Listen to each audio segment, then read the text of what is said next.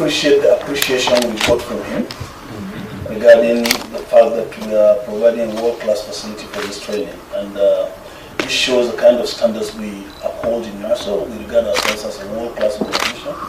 We try to benchmark our culture and our behavior and what we do with the best in the world. And incidentally, we are a very unique organization, as President Additional will tell you. If you scan the African environment, you would scarcely find, if ever, a unique risk management organization that is designed to de-risk agriculture and facilitate agribusiness. We are building it, and across Africa, wherever I go, people find it interesting, presidents across the continent. How did we come up with this idea and how do we do it? We believe it's a necessary bridge to ensure that agriculture develops in a modern way. It's a means of livelihood, it's a means of catalyzing economic growth in Nigeria and the rest of Africa. If we can make it a success here, I believe we can then share this model across the rest of the continent and probably elsewhere in the world. I'd like to welcome you all to this training program that has been put together by UNIDO, Investment and Technology Promotion Office in Nigeria. This program is organized as a collaborative effort by UNIDO and NRSAL as a precursor to the plan of institutionalizing and housing the EDIP. And I dare say we're also looking for the CONFA training as a utility tool for us in NRSAL. For those of you that may know, CONFA is a computer model for feasibility analysis report. Being a risk management company is extremely important for us to select projects. But for NOTAP is neutral, any technology that can apply to any segment, we are users of that. Subjective judgment in this kind of thing doesn't work much, but we believe the CONFA of UNIDO can give us that objective framework for feasibility analysis and project selection. So the aim will be to drive enterprise development within the agricultural sector. Sorry, our colleagues in NOTAP, but for NOTAP is neutral actually. Any technology that can apply to any segment, we are users of that. Our other colleagues, NIPC, I think it's a good selection because there is actual complementarity between NIRSAL, NIPC, and NOTAP. Whatever technology adoption they do, we are the users. For NIPC investment promotion, if we develop the value chain and create enterprises, we need investments to come in. So it's really a complementary set here that is in this one. I understand that those participating are also from NIPC, like I mentioned, and of course ourselves. As you know, these are all very key and strategic government agencies that are designed to act as catalysts to boost the growth in critical many sectors of the economy in pursuit of the government's diversification agenda. Within the next 4 days, experts will take you through an intensive training schedule that has been developed under the UNIDO and EDIP. I believe that these carefully developed programs empower each one of you in the capacity to function as development and investment promotion agents in your individual agencies. But for NRSAL staff, it will capacitate and prime you towards the establishment of EDIP and leading to the CONFA operations in-house to support the agricultural sector. In the course of the training, you will acquire expert knowledge on entrepreneurship development, mentorship of small business owners, business planning advice, and other related information that a lot of Nigerian businessmen and women need to grow and thrive.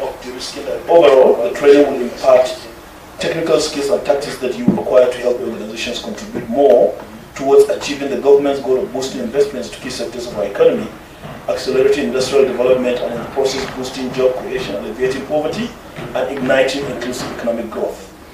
As the CEO of NIRSAL, I'm particularly excited at the potential value of this training program to our mandate of de-risking the agricultural value chain and facilitating agribusiness. The goals of the UNIDO EDIP align with NIRSAL's strategic policy of building the capacity of its stakeholders.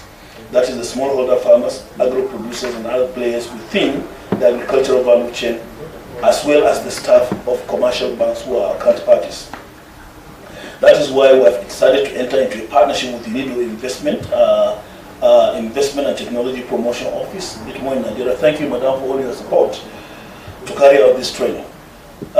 This training is only the first of a series of other trainings that we shall be collaborating with UNIDO to execute periodically. At NIRSAL, our vision is that of a world-class agency that is driven by knowledge, research, innovation, and best practices in the business of agricultural development. A key part of our strategy is to empower our staff with the right knowledge, the right tools and relevant information so they can help smallholder farmers, agribusiness entrepreneurs, as well as other players within the agricultural value chain to increase productivity and more profit, live decent lives, and contribute more to the economic development of the country.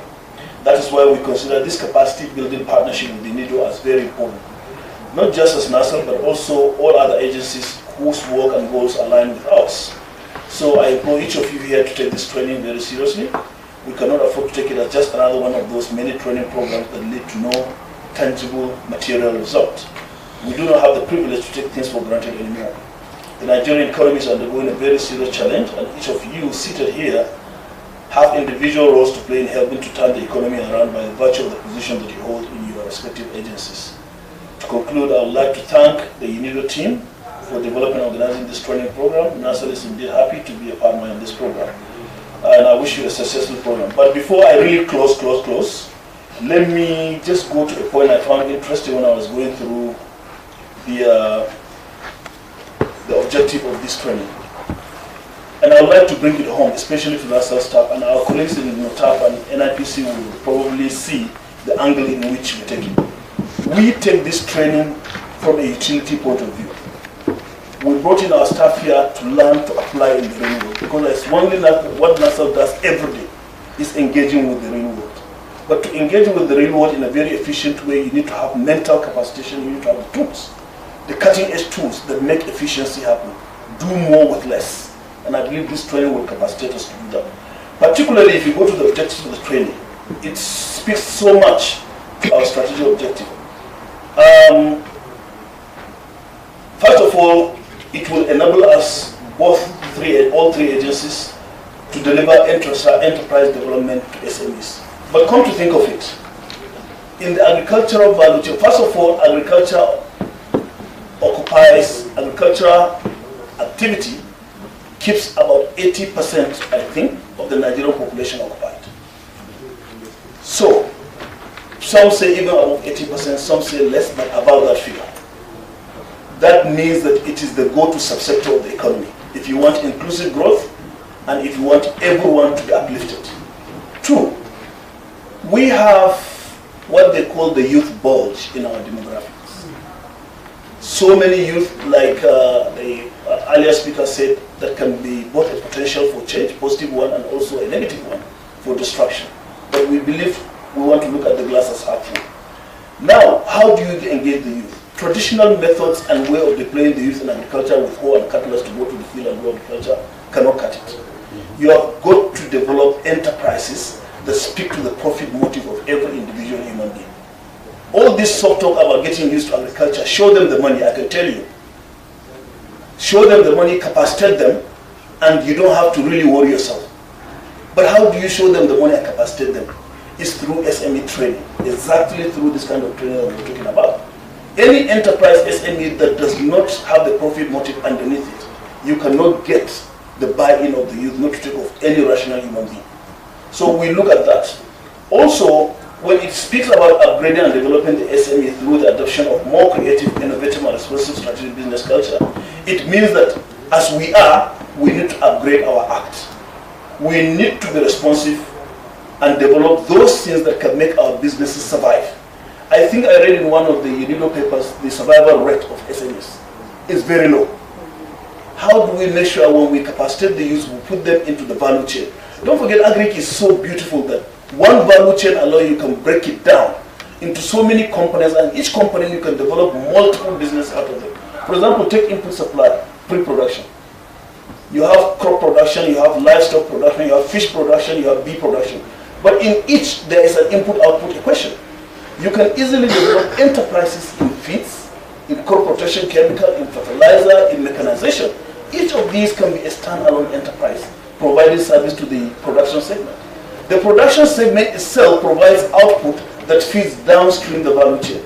You can develop enterprises in aggregation, you can develop enterprises in storage services, you can develop enterprises in drying services, in threshing services, in milling, mixing, packaging, logistics.